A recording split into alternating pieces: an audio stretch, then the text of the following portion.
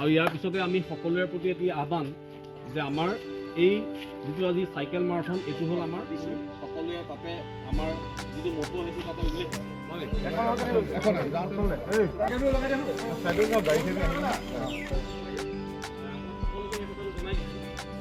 আমি পৰিৱেশ সজাগতাৰ কাৰণে ভাগৰলৈকে ৰৈ দিলে পাছে পাছে আমাৰ গাড়ী আহি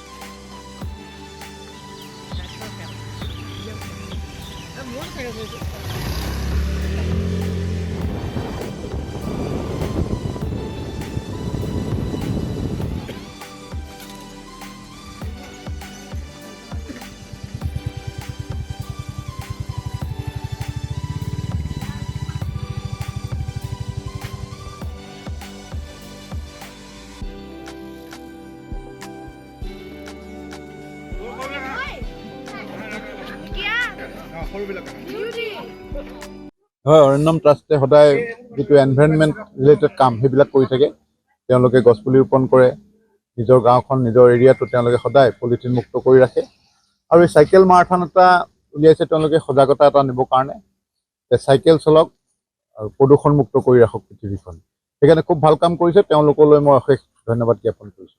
মই চাইকেল মাৰোঁ, তেখেতসকলে মই জনালে যে এনেকৈ চাইকেল মাৰাথন এটা উলিয়াইছোঁ, মই সেইকাৰণে আজি যোগদান কৰিবলৈ আহিছোঁ। কিন্তু আমি প্ৰায় আমাৰ জেনেৰেশ্যনৰ যিখিনি ল'ৰা ছোৱালী থাকে সিহঁতেতো চাইকেল নচলাই তেনেকৈ, চব বাইক স্কুটি।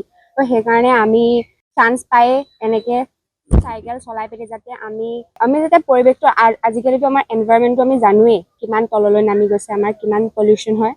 তো আমি যাতে যিমান পাৰোঁ আমাৰ ফালৰ পৰা আমি চেষ্টা কৰোঁ যাতে আমি পৰিৱেশটো সংৰক্ষণ কৰোঁ, প্ৰদূষণমুক্ত কৰোঁ। হয়, অৰণ্যম ট্ৰাষ্টৰ উদ্যোগত আজি আমি যোগীবাৰী পৰ্যটন ক্ষেত্ৰৰ পৰা আমি লেটেকু বস্তিলৈ এটা চাইকেল ৰেলী কৰিছোঁ অৰণ্যম ট্ৰাষ্টৰ উদ্যোগত। আৰু আমাৰ সকলো এই ক্ষেত্ৰত সকলো ছাত্ৰ ছাত্ৰীসকলে সহযোগ কৰিছে।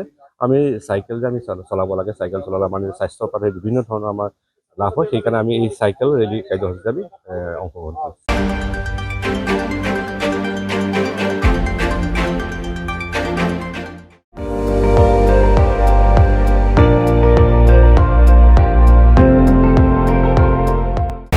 আপুনি চাই আছে ND24, সৰ্বশ্ৰেষ্ঠ নহয় সৰ্বোত্তমৰ দৌৰা।